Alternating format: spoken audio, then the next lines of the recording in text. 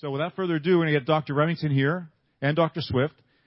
And I don't know where we got this model, but we're going to use her because I think they think she's Phi. What do you guys think? Let's see. All right. You guys ready? Ready. And that's a cool thing that you just said that you think she's Phi, because when I come back, when you come back from a vacation or something, and it might have been a beach vacation, and you say to your friend, wow, I saw this beautiful woman, she was 36, 24, 36. There is a conjured image that sticks in your head. But if you say, I saw a beautiful woman, they don't know whether she was blonde, brunette, whether she was oval or square shaped. So I just go back and say, she was so Phi. Well, that's exactly what I told Jessica. I said, Jessica, you're so Phi, I want to measure you. Go, buddy, you start. Dr. Swift, we call him internationally as the Phi guy. I just kind of follow in his footsteps. This is his original golden ratio Phi caliper. And all I've done is designed a mini one, which is exactly the same measurements. A lot of confusion. Say, well, are these the same measurements? Phi is Phi. And the little mini one is it's easy to fit in your pocket. I designed this. A New Zealand guy made it up, and to our specifications. The same with this obtuse angle protractor. I'll show you that we've designed as well. So you've all got that in your kit. You can also buy Arthur's online as well. This has some advantages for measuring the slope of the forehead. But what I usually do is same with Arthur is, and by the way, I know exactly how much I inject, except I don't know amount in cc. I know sort of volume. And as Arthur was hinting at with the cost, we're actually not expensive. We're priceless. So that's what we try to tell patients. Good way. And even though you may charge for 3 basic syringes and you've done 4 or 5, the next patient you did 0.2 cc on and you charge $700. So it all balances out in how you do your charging. So with Jessica, immediately she's won the genetic lottery. And not all of your patients have done that. So the basic measurement, and Arthur can correct me as we go along here, is the basic measurement. I measure every patient and discuss this same concept that we were discussing, that Arthur was discussing. So that intercanthal distance is the number one measurement you want to have. And it's a little hard with the lights here, but you just crank down that little knurled button so it's a little bit tight. And we won't stick it here, Jessica. And I'll just measure this, and I'll move out of the way here a little bit. So that intercanthal distance is the number one measurement. Everything else applies to that, right, Arthur? Right. And so that intercanthal distance is to show you is this distance. So that distance should be the distance between her brows. And a lot of patients know just intuitively that they look better. Now, Kate Upton and the girls have now got this bigger brow look, but still that intercanthal distance should be the distance between the brows. And that should be the distance of the width of the nose and the maximum volume of the lower lip. Not the whole lower lip, the maximum volume. And where you want to have the peak of the brow, and this is where it's valuable to look at photographs. That's one of the reasons I have patients bring in photographs when they're younger, because some patients just don't have a Cupid's bow. They look ridiculous with a Cupid's bow. And they don't have a peak of the brow. But generally, the peak of the brow is much more feminine. So that's why we like to create that peak of the brow. And that peak of the brow, we actually draw it out. One of my nurses stands behind me and draws a little vertical line where that peak should be. So 45-degree angle is a good way to go from the inner canthus. Here is where the peak of her brow should be. And that's basically where the brow peak is right now. The other side of this is the 1.618 is the length of her eyebrow. And we'll just make sure this hasn't moved. Sometimes when you're wiggling it, it moves a little bit. So it moved just a tiny, tiny bit. So just readjust it. So that's the intercanthal distance, and this should be the length of the brow. And Arthur, you might comment on where the tail of the brow should be. Yeah, with the tail of the brow, what we're looking at in females is the tail of the brow should be at the level or higher than the medial brow. Right. So, and I measure it right from the corner of the nose. And I show, we have a brow handout. We give a homework page to every patient. And the actual place for that, sometimes you have to use a little paint to put it on. should be the corner of the out of the nose, the lateral canthus, right as an angle like this. And that length of the brow should be, theoretically, the height of the forehead. So her, and that's why I looked at her and could tell immediately that she's fairly phi, this girl. So that's and you can't really change the forehead. And so there's lots of designs now, hairstyles. I should have been a hairstylist or a makeup artist, actually. But there's lots of hairstyles for people that have... That's a vision. I would have been good at it. At 5 o'clock in the morning, I don't think they'd be waiting for you over there. So you can't change. Somebody's got a really skinny brow, a really small forehead, and they wear their hair all down. Your eye just doesn't like it. They got these high foreheads, and they wear their hair all back. Most people intuitively know they need to wear their hair down. But there's lots of hairstyles now for people who have skinny foreheads and large foreheads. So how do you wear your hair? Down and to the side. Yeah, it really probably doesn't matter for her because her forehead's fine. She's got a few creases across here. Thanks a lot. Because I didn't say wrinkles, I said creases. She's fine. Wrinkles are a swear word. When you tell people they have wrinkles, it looks like you just swore at them. But these little lines happen because her brain tells her she looks better with her brow up. So when you talk to her, we were first talking here, she's raising her brows. Raise your brows again a little bit, because she just some way she thinks she looks better with her brows up a little bit. So the peak of the brow is fairly easy to measure, and that's a big project in our clinic, is getting that peak back and getting support tissue back here. So the length of the brow should be the length of the nose, and tell them where we measure the top part of that, Arthur. Yeah, well, you have the patient look straight ahead, and where their lash line is when they look straight ahead in females is where the top of the nose should break. break. And in men? And in men, it's really more higher up at the tarsal fold. So if you want to masculinize a female's nose, what you do is you fill it a little bit higher. So her nose length is exactly right on. And then the length of the brow and the length of the nose should be the width of the lips. Here, the width of the mouth, like that. And this is a little bit, both Arthur and I do a little bit different here on the chin. I like to have this chin width here, and hers is just about right on here. And then the apex of the cheek, which we've been talking a lot about, there's different ways we can measure. We even designed an apex ruler that was made by Allergan for us, the Remington Swift apex ruler. But most of the time we don't use it. We use it there's several ways of measuring that apex. One is the length of the brow from the corner of the eye 45 degrees out is where the apex should be. So Arthur, maybe do her slope with your... Yeah, sure.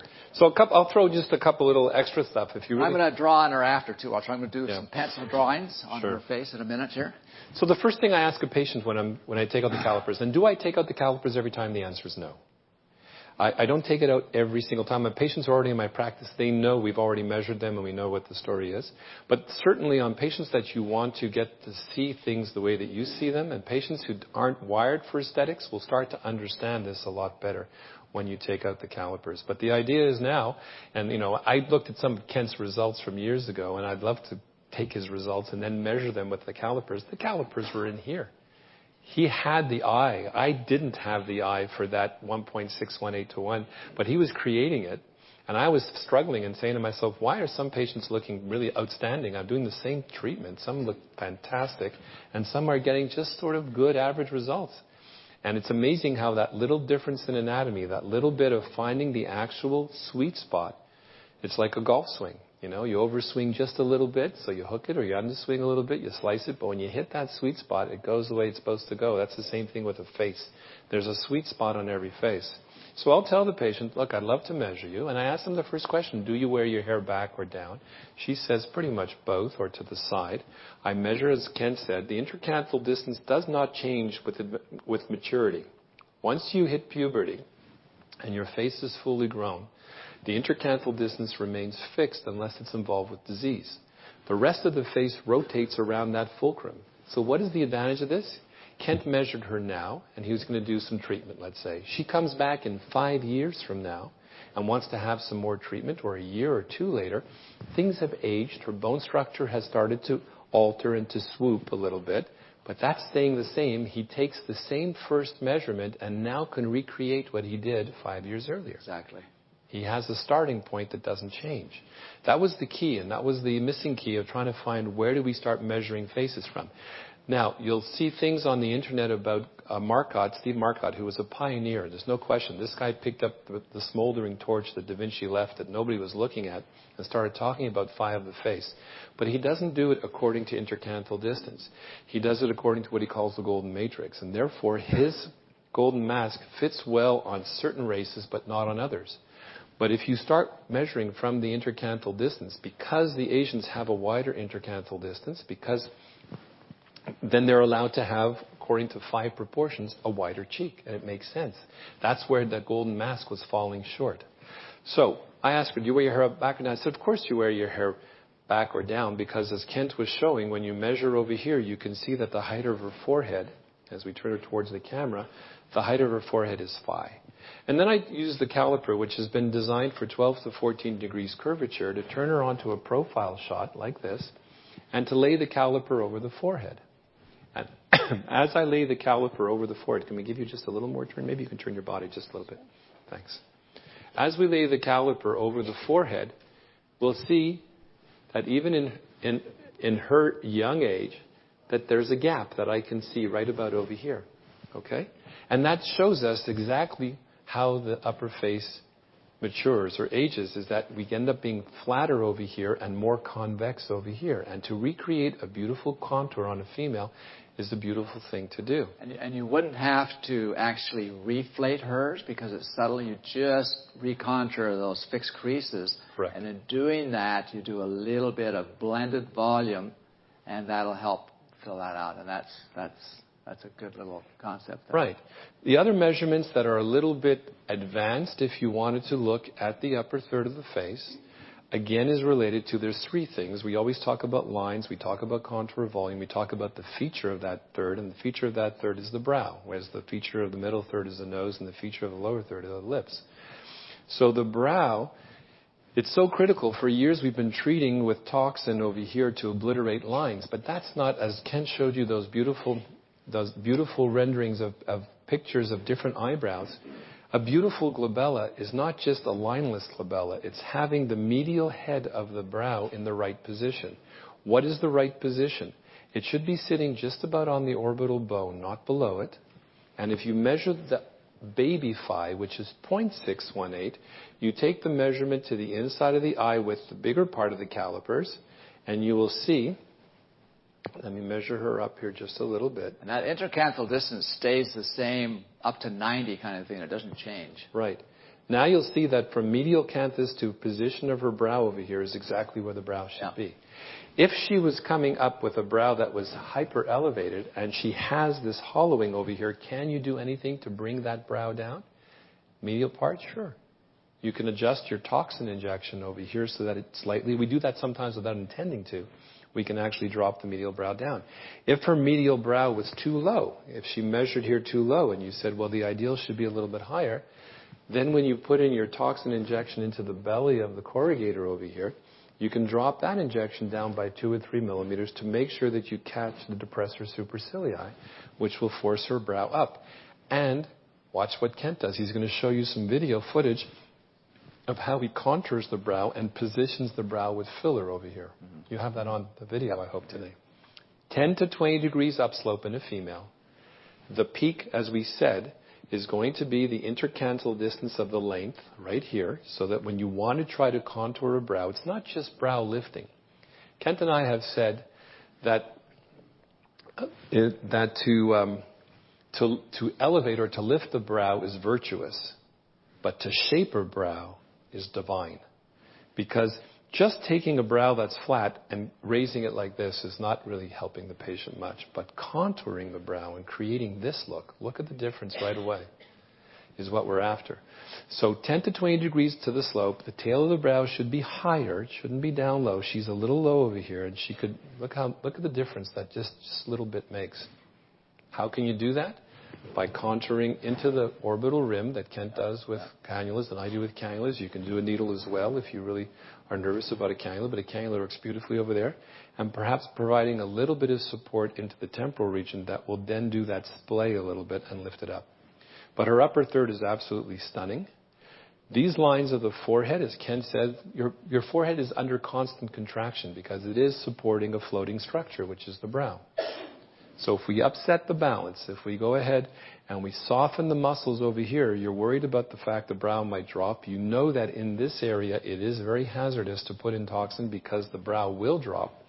There's about 2 centimeters of excursion that you can get in the lower brow, only about 8 millimeters in the upper brow. Most of the excursion is here. If you knock that off, they're going to get very heavy browed. But this is a beautiful place to use product, filler, because when you contour, you're actually going to see there's going to be slight elevation of the brow there. You've actually recontoured or supported. The muscle will then just relax ever so slightly that a lot of these lines will efface. Even with filler that's not placed intradermally. And we'll talk about in the anatomy section of where Kent and I like to do that. So that's the upper third. Temples in females should be flat or slightly concave, like in her case over here. She's got a beautiful temple, really beautiful temple. But I told you, I don't want to see those overly injected big temples on females because that's a masculine trait. Go ahead for mid-face now, Kent. Now, what I would do on her, I got this in my hand. This is not a caliper. It's an obtuse angle protractor.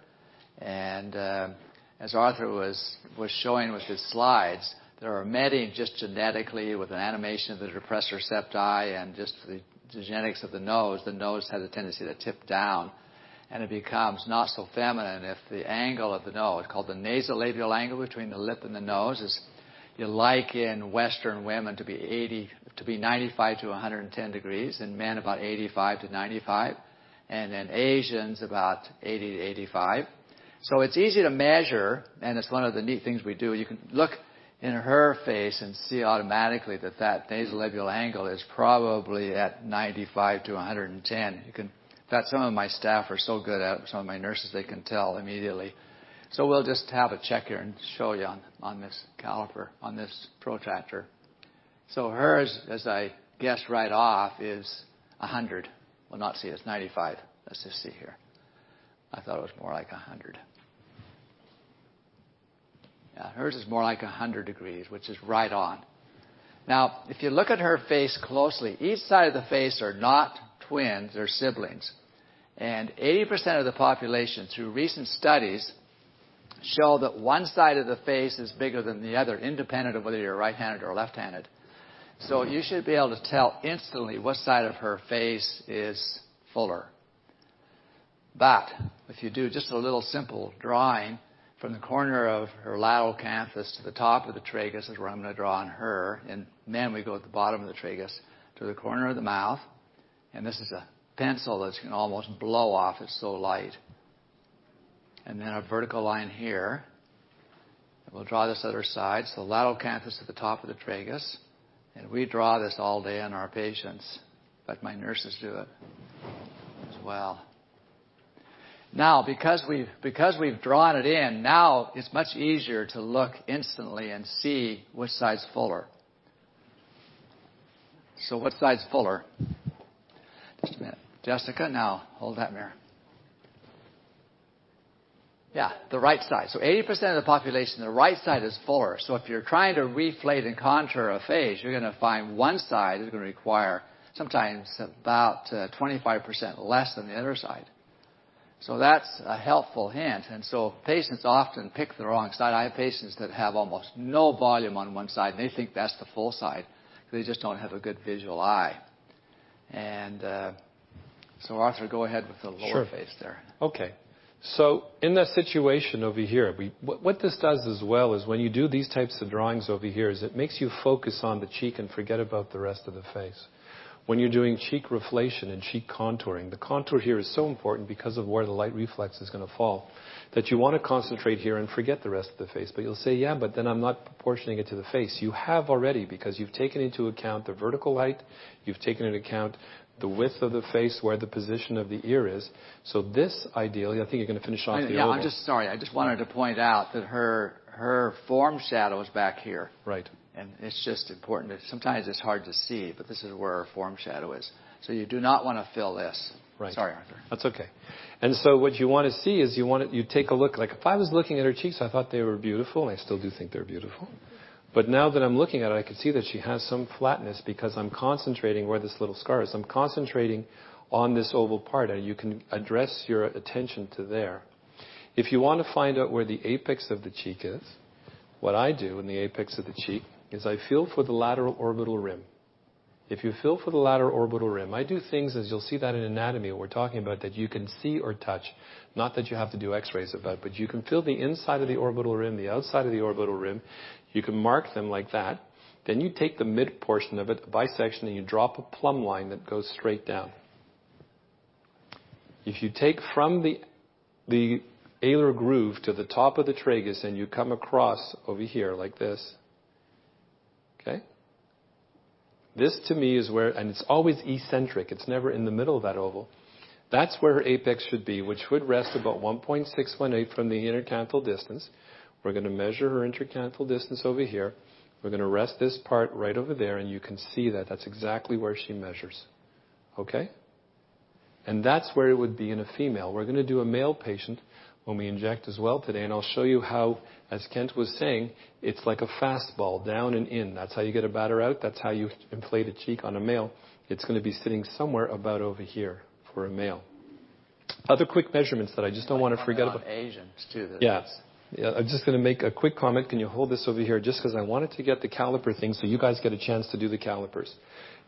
So the basic things that I do when I'm in my office is I check for contour, I check for the width of the eyebrows, and sometimes get into a discussion of with the eyebrows, believe it or not, about the fact that they're not plucking it properly, or they need a little, or they're plucking it too much. The eyebrow should start, as Kent mentioned, at the intercanthal distance.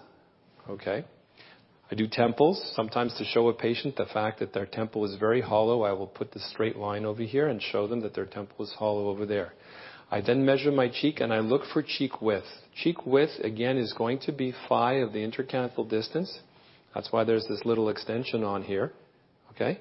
And she's pretty good, but she's short by about 2 millimeters. Just the fact that I told her now, she'll chase me down for an injection later on today. I know her. I'm only kidding. Okay? And it also shows where the apex of the cheek is. The nose, as Kent mentioned, the fact is from the lash line to the base of the columella should be 1.618. From the medial canthus to the tip light reflex should be about 1, the distance over here. The width of the nose should be this. At the same time, if you take the distance this way, okay? So this is now 1, this is 0.618. That should give you the height of the nose on projection. The distance for the lower face, very quickly, if you want to take a look at some measurements, and this is fun stuff to do, is when you're talking about the chin, it's not the chin itself, it's the chin zone. Yeah. When we talk about reflation of the chin zone, and because it's a zone, it's got 3 dimensions. It's got height, width, and projection. Projection in a female should be to Steiner's line, which is a line that you can draw from the front of each part of the lip down. She should be about 1 millimeter behind it or touching that line. She's actually slightly recessive. She might benefit from just a little teeny bit like this. Okay. The height of the lower face, if you want to take a look at it in females, is again using the intercanthal distance, and you'll see why she's so beautiful. And I can see it is from the upper lip to the chin is 1.618. Okay? Yeah. So it's beautifully lined up. So that's the height, and I look for that every time when I'm doing it. And for chin width, I prefer in males to have a very wide chin, which is 1.618, and in females, in her case, what she does have is to have it more closer to the intercanthal distance of 1. Because the female chin is a little bit narrow, a little more pointier. If you want to masculinize her, you can definitely widen out her chin, but we don't want to do that. So that's the height. Even talking about lips, if you really want to have fun with the lips on measurements, again, you can measure from the base of the columella to the top of the vermilion border, and that will give you, I'm going to do this on her right over here, right down in between the Cupid's peaks. So we're talking about this distance over here, and that will tell me where her filtral columns are going to be. It'll also that measurement to be just the lateral edge of the philtral columns. Correct. And it'll also tell me what the lower lip volume should be. So I think that she can use a little lower lip, little bit of lower lip volume, and then it's going to be the reverse of that for the upper lip. So there's all these little things you can do. Is it spot on? No, it doesn't have to be spot on. But I think that the closer that you get sometimes to this ideal proportion, the more harmonious and beautiful the face looks. And one thing that's important as patients get into their 60s, that philtral column, the width of the philtral column splays. Mm-hmm. And so when you're injecting that, you have to point out to patients, just as Arthur was showing, that you measure that the philtral column of Cupid's bow is measured right where the philtral columns are. And I'll just show you a little bit here with this as he was measuring. And then the opposite side of this should be from the corner of the mouth to that philtral column. And that end of the philtral column is called the Glogau-Klein point, right at the vermilion tubercle here. Yeah, the GK and in point. Women who that splays, Arthur and I have been teaching this for years, you inject that philtral column on the medial side. Correct. And it feminizes the face. It sort of makes the face look more youthful. Yeah, lip aesthetics is a whole day discussion in and of itself. But what we understand is the fact that there's no question the lip flattens and splays as we get older. If you ever take a look at a picture of Mick Jagger, I mean, he was always the big lips and everything, and he has ultra thin lips now. His lip has completely disappeared on his upper side. But you'll also notice that the philtral columns have splayed. So when you look at a patient and you see that there's the Cupid's peak, which is the peak of the entire form is a bow, but it's the peak that we're talking about. As Kent was mentioning, you should plan your reconstruction or your restoration of a Cupid's philtral column just medial to the peak. Not at the peak, but just inside. Take a look at some really close pictures of Angelina's lips, for example, and her beautiful columns are just inside. But as Kent mentioned, and it's so important when it comes to these things, whether it's hollowing of the upper lid or whether it's philtral columns, or the bulk of the upper lip, you have to get a picture of the patient when they're younger. Because to create a philtral column on somebody who never had it before, people will notice that and say you look different. To fill in an infrabrow hollow on somebody who always had deep-set eyes, they'll say that you look different. So you must make sure that you're not creating a different version, but just a better version of the person. So it's always a good thing to check. I personally don't fill philtral columns to the bottom of the nose in the more mature patient. Bingo. You want to tell them about that? That's what I was drawing in here is that just make sure you're doing most of your injection to lift this vermilion tubercle up. And most of the injections goes from the lower part. And where it meets the columella, taper that so you have almost no filler here. Correct. Then you'll have a much more feminine, youthful look. Right. And by those injections, that's how you evert an upper lip. It's like the trunk of your car or garage doors, those old-style garage doors that used to flip up. When you put a little bit of support into that lip and make it just a teeny bit stiffer, it'll flip out the lip like that. Do too much of it and you'll get a little bit of a duckish look.